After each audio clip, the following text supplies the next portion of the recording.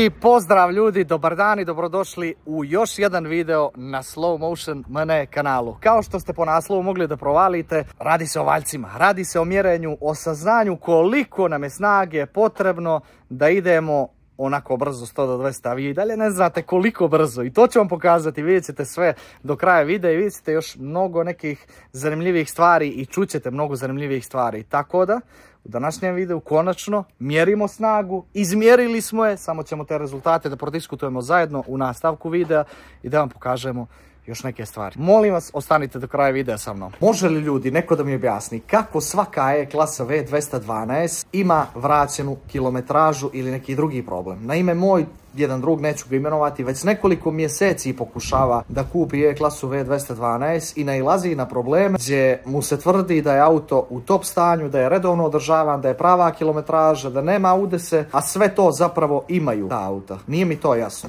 Provjerili smo 7-8 automobila na Car Verticalu, možda i jače, od kojih imam 2 samo aktivna izvještaja koji su odrađeni u posljednjih, znači, mjesec dana, gdje smo već krenuli polako da odustajemo, jer ne možemo da nađemo auto. Na ovom jednom izvještaju možete da vidite da je kilometraža 358.000 km, auto je na oglasima oglašen 270.000 km. To je bila zapisana kilometraža 2024. godine 6. mjeseca, ta posljednja. Znači da je vjerojatno auto blizu 400.000 prešao, a 270 mu piše. A drugi auto je auto, ovo su dva možda i najblaža primjera, koji je prešao na oglasima 204.000, a ovamo je prešao neđe polovinom 2023. 240.000 km.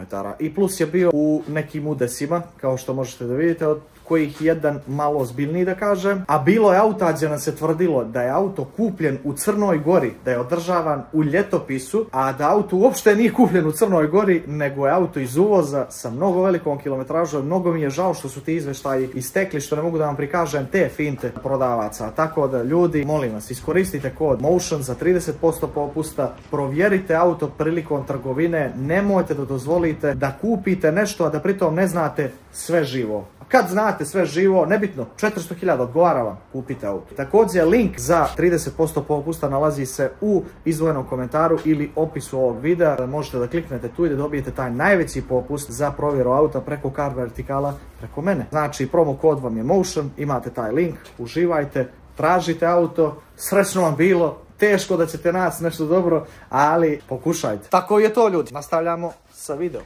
Ovaj auto je daily driver. To nikad nisam krio, vas da mi je merak bio, čak to da kažem. Vozim ga baš čim ugrabim, čim ima lijepog vremena napolje, kao što je danas, iako smo prolazili kroz neke dijelove koji su bili mokri pa se auto isprljao. Pogledajte gdje smo trenutno. Naša lijepa Crna Gora, da ljepša ne može biti. Ljudi koji nisu odavde, evo, ne treba vam poziv, znači već ste pozvani da vidite ove ljepote, da prođete ovim putem, da prođete Kotorskim serpentinama, da prođete Trojicom kuda sam ja prolazio malo čas prije nekih 20 minuta, a te kadrove ćete veoma brzo gledati. Mislim da zaista vrijedi da čovjek dođe i da sve ovo uživo vidi i da svoj auto parkira na neku od ovih serpentina i napravi neku fenomenalnu sliku. Pazite ovo, ja ovo gledam ne svaki dan. Ljudi koji ovdje žive gledaju ovo svaki dan. Ja sam iz Podgorice, ono kad me god put okrene, dosta često prođem ovuda i nekako sam se i navikao. Ali sad evo kad snimam video, gledam ovo iz vašeg Google kako će neko ko nije odavde, ko nije iz Crne Gore, ko nije prolazio ovuda da gleda na sve ovo. I evo, stvarno impozantno izgleda kad čovjek se malo bolje zagleda. Danas sam otišao da završim ocu neke obaveze dolje kod Tortivat iz Podgorice i normalno čim je ovako lijepo vrijeme, nije bilo dileme sa čime će da se ide. To je tako kod mene. Ja sam ovaj ljudi auto napravio, on jeste brz i on bi trebalo da bude u garaži uvijek, osim u nekim specijalnim prilikama, za skupove, za vikend, ono da čovjek izađe, da pođe neđe s njim. To kod mene, bojim se, nikad neće biti tako. I moj auto mora da izdrži teror svakodnevnog saobraćaja i svakodnevne vožnje, kad god je vrijeme lijepo. I to je nešto što donekle i ubija sva ova moja auta, jer ja ga trošim dok ga vozim i onda na novo ulažete i pravite neke stvari koje ste možda već jednom riješili i napravili. Ali to je jedan veliki merak, ljudi. Iskreno da vam kažem, da nije tako, ja ovo ne bih ni radio. Ajde sad da vidite ovaj snimak sa Trojice, pa da onda nastavimo dalje putem i da posle pričamo o tome što se desilo na valjcima. Bilo je zanimljivo, boga mi. Baš zanimljivo. Evo, rekao, kad sam već kroz Kotor, da obrnem kroz Trojicu, preko Trojice. Evo ovdje vam je bio start, pa mogu slobodno reći najpopularnije trke u Crnoj Gori koji sam ja mnogo puta vozio, ali na simulatoru. I na simulator mogu da rečem da sam ok, da sam dosta dobar, čak sam s jednim Lancerom vozio 2.03, možda čak i 2.028, ali ne mogu se sjetiti posle mnogo krugova. Ali ovo trenutno nije staza, ovo je put javni kuda prolaze kola i trenutno ima sekcija koje su, da rečem, vlažne, a mi smo baš opasni i nikad ne rizikujem, iskreno da vam kažem, da dođem u situaciju da slovim auto.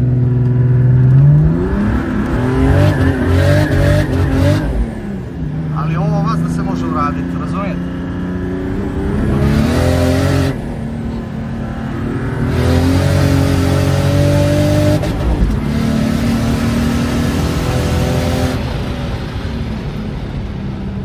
Ovo je sad pravac koji vi možete, kad su trke, da držite gas ovuda do ove krivine, ovdje vas čeka ona kao se provučete šikana, dolje je bila jedna isto, ali nema potrebe, ovdje je već put mokar, to mogu da vidim i gume su automatski, znači čim prođem kroz ovo mokro, naredni minut se ne pitam s autom, tako da ovuda baš nema potrebe se daje gas, ali auto može stvarno, može dosta i da ne kači na ovom prednjem desnom točku, kao što čujete, dosta bi se lijepo ponašao u krivinama. Ovako je dosta mek i rekao bi pravi za neku vožnju na ovakvom nekom putiću koji ima dosta neravnina, da kažem. Sad već ne mogu ni na vrh gasa da prođem ovo. Kaže, ne volim stvarno s igram, ima auta koja prolaze, neko da ne uhvati neku svoju idealnu putanju ili nešto da malo ispadne i on na ovu klizavicu, tu da se slomimo, stvarno nema potrebe.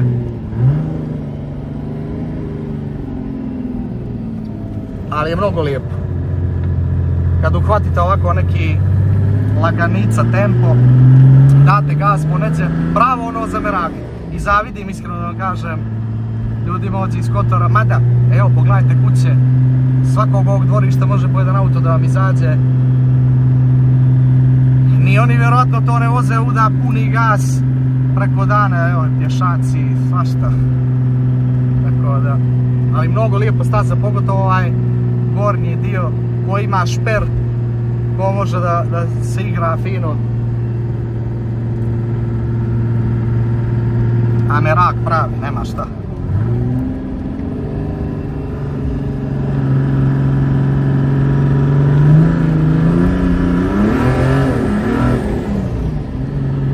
Opasno, opasno.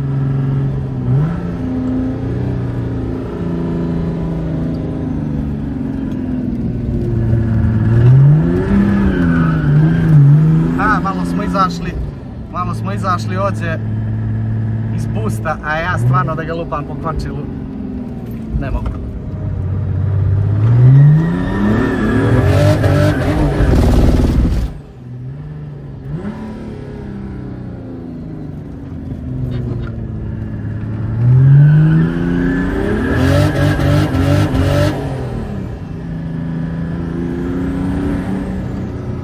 Kako je zalupalo sve kad sam mu dao treću, ljudi. Haos. Ispade ovo od muzike. Ja rekao puče diferencijal, puče sve. Da ostane moće za bruku. O, miči. I onda da ne dođete ovdje, jel? Da dođete, boga mi. Da dođete i da prođete. Hoće li se ovaj prozor zatvarati? Evo vidite kako to izgleda, malo. Pa jedna serpentina, mislim da ih je 25. Nevjerojatno. Ovako djelimično prolaziti kroz ovu šumu.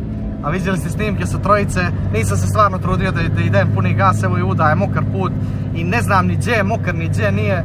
Stvarno da idem brzo nešto po krivina, pa neće da upanem u neki mokri dio. Da me iznese ovako do u grob, što se veli. nema potrebe, ide i ono zalupa, kako zalupa. Poslije sam opet probao treću lagano sve, ali izgleda da su se desile neke vibracije, kako je nisam drugu još skroz bi ugasio, pa sam mu dao treću da zavrti, pa je neđe možda je malo i mokrog ufatio, onda je poskočio točak jednom, a kad poskoči jednom, poskočit će još 250.000 puta.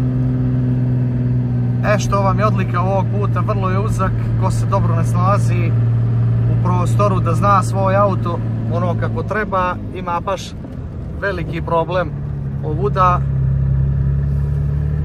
ali dobar vozač će se snaći, ali on mora biti oprez, jer se ne smije ići brzo ovuda, može vam neko izleceti. Ja sam imao par kočenja ovuda, katastrofalnih, gdje sam mislio nema, to je to. Ništa, idemo gore na Njeguše, pa ćemo gore stati, malo da se ispričamo. Evo nas ljudi na Njeguš, rodno mjesto Njeguš. U sumrak sami, ja i moj Merđo. Sad, vas sve zanima od samog starta videa šta se to desilo na mjerenju. Mjerenje prvo je bilo prekjuče. I tad smo ja i moj drug Rade Vujičić, koji trenutno vozi jedan auto koji sam ja snimao ranije prije par godina. Tada je bio Stage 1 plus tako nešto, znači 325D E92 BMW sa fabričkih 197 konja, urađen na Stage 2 plus sa hibridnom turbinom iz turbo servisa Užice, sa pojačanom pumpom visokog pritiska, diznama, interkulerom, malo boljim auspuhom. I taj auto se vozi već nekoliko godina, a sad je došao kod mog druga Rada i mi smo odlučili da ga konačno izmjerimo na valjcima. Mi smo ga mjerili na jednom uređaju koji se zove Dyno Road, on je izbacio 354 konjske snage tada, ali je prošlo nekoliko godina i druga stvar, valjci su uvijek preciznija mjera, da tako kažem. I odlučili smo da on zajedno pođe sa mnom i da vidimo koja je to snaga u ovom Mercedesu i koja je snaga u BMW-u. Pošli smo u čiptunersku kuću As Ferrari, koja je sa svojim sjedištem u Danilovgradu u Crnoj Gori. Oni imaju 4x4 valjke, tako da tamo možete izmjeriti i 4x4 vozila. Odlučio sam se da pođem tamo, jednostavno mnogo mi je blizu to. Prošli put sam bio u DM, svaka čast momcima, sve je prošlo u najboljem redu, dobili smo realne rezultate, hvala im puno još jednom. Ovog puta u našoj Crnoj Gori, ovdje što se veli pred vrata, da ne putujemo mnogo, da ne rizikujemo da se možda nešto i pokvari do tamo, ko znamo da ja planiram da odem dosta daleko sa ovim autom, znači ne planiram da ga odzikam tu ispred kuće, zato i dosta često idem ovako i na primorje i gdje god krenem idem s njim. I onda sam htio da vidim ljudi sa koliko snage raspolažem, da vidimo šta ja to vozim svaki dan, koliko taj auto ima moći ispod haube, iako ja te neke stvari iskreno najviše volim da izmjerim na dragiju. Ako sam zadovoljan vremenom sprem onoga što sam uradio kroz mapiranje koje je radio Adnan Mahovac, ja onda nemam razloga da budem nezadovoljan. Čak i da auto izbaci 200 konja da piše tamo ili 500, meni je potpuno svejedno, zato što znam kakva je situacija na putu, znam kako se auto ponaša i znam kako ide i to mi je sasvim dovoljno. 60.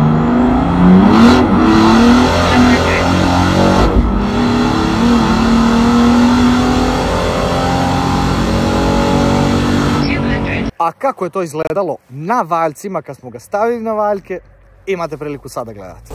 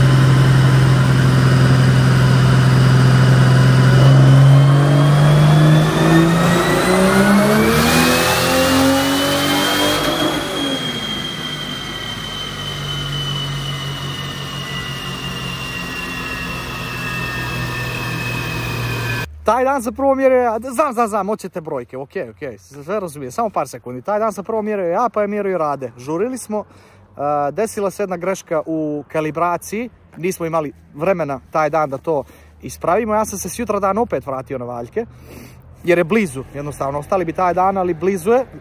Vratio sam se sutra dan, a reći ću vam sad za Radeva auto koliko izbacio, samo pogledajte snimak prvo.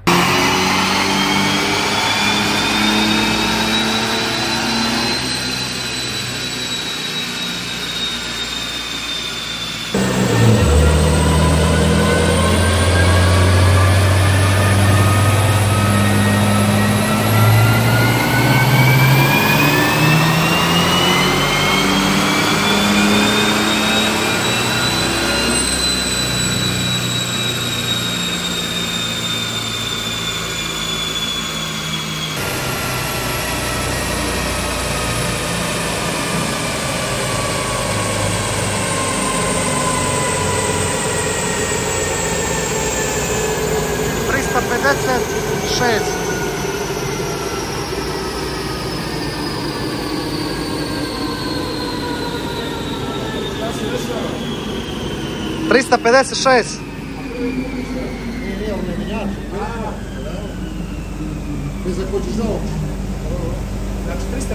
Na 3700 snaga i 745 Nm na 3150 obrtaja. Ovdje je sad sve u redu, kad je normalni auto sjeo na valjke, kad nije Mercedes 190. Rade izbacio 356 konjskih snaga, vidjet ćete sad na grafiku.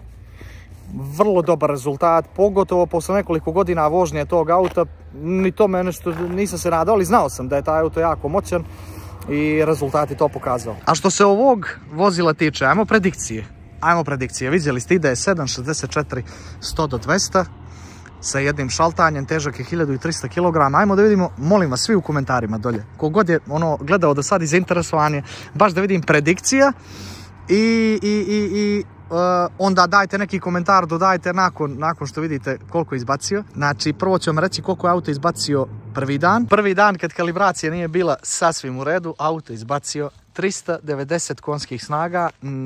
To je bio i problem na 3700 obrtaja, koliko mi se čini, ili tako nešto.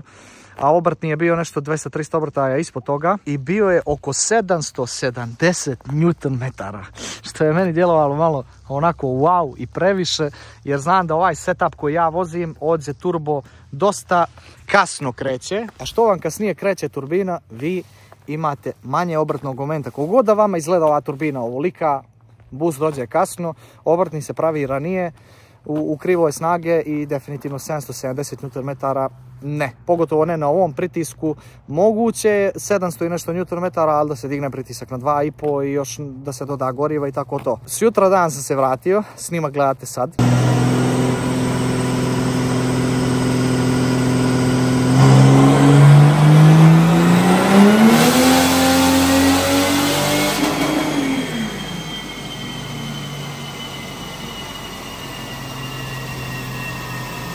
Kalibraciju urađena mnogo bolje i auto je izbacio 380 konjskih snaga i 600 otprilike Nm obrtnog momenta.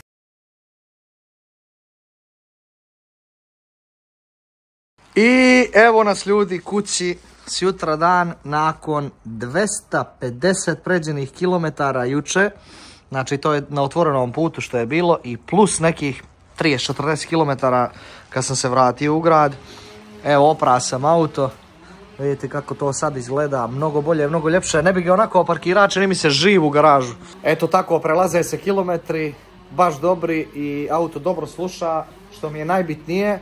I eto vam još jedan razlog zašto sam htio na toj snazi da ga izmjerim, jer na toj snazi sam već dosta kilometara prešao bez ikakvih problema i baš mi je merak bio da vidim koje su to brojke. Inače, ne pitak vas juče, da li primjećujete neke novitete ovdje? A to je da je ova hauba lakirana, tačnije ona nije lakirana nego je samo lakovana, znači samo smo izbrusili stari lak sa 1000, 2, 3, ja mislim, u što šegaju drva, baš su uporni, brate mili. A moja braću, samo smo lak novi nanijeli, znači nismo bazu stavljali, Ovdje je i dalje ostalo ono kako je motor bio, kako je čep od motora udarao haubu, tu je ostalo to. Ali hauba sad izgleda mnogo bolje. Odmah se od pranja pojavilo oni swirl marks i to, ali to me ne brine puno, ovako izgleda mnogo dobro. I stavili smo u lajsnicu ovdje, koja je falila. I dobili smo tablice. Da. Rekao sam vam, ušao sam u proces registracije, završeno je sve. Dobio sam saobraćajnu na kojoj piše 3.0 turbo dizel, 130 kW fabrički i to je prava priča. Mnogo mi se sviđa više ovako sa tablicama, iskreno. Inače, sinoć kad sam došao u Podgoricu, sjeo sam mog druga Miloša Šufranca i Aleksu Minića sa mnom i usput smo snimili jedan spool test i ujedno EGT test i sve ovo što se tiče ovih satova ovdje smo prikazali. Sad ću vam pustiti taj snimak. Snimaj obrtaj, mislim da se vidi. Sjedio se?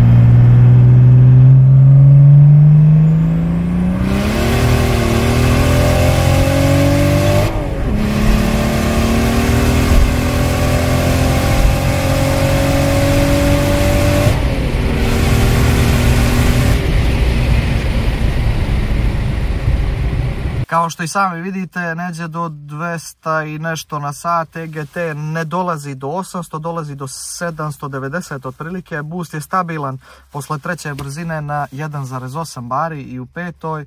Ja ljudi kad pogledam sad odavde, ne sjedim često ovdje na mjestu suvozača, kad pogledam kako sve ovo izgleda,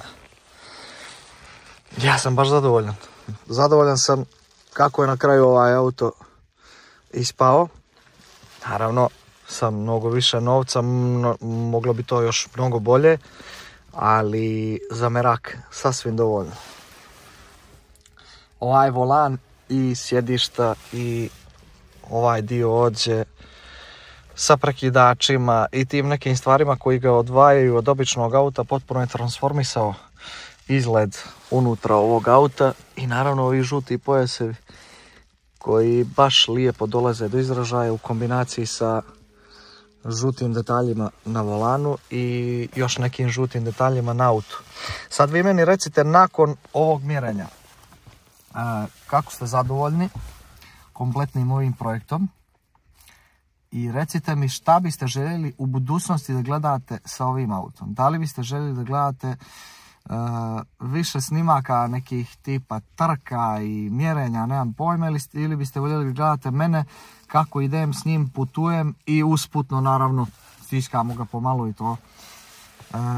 Moj neki plan za iduću godinu što se tiče ovog auta je da, mislim, ne znam hoće li se ostvariti, ali ako budem dovoljno jako vjerovao u to, nadam se da hoće, je da pođem na neki put ili po Balkanu ili po Evropi da vidimo dokle bi mogli da stignemo. Da obiđemo par nekih trkačkih staza, da izađemo na te staze, damo gas i da posljednja stanica bude Nordschleife u Njemačkoj, koji je moja stvarno omiljena staza, da probamo auto tamo. To bi mi bilo baš ostvarenje snova, ali da li ćemo doći do toga ikad, to je pitanje, vidjet ćemo.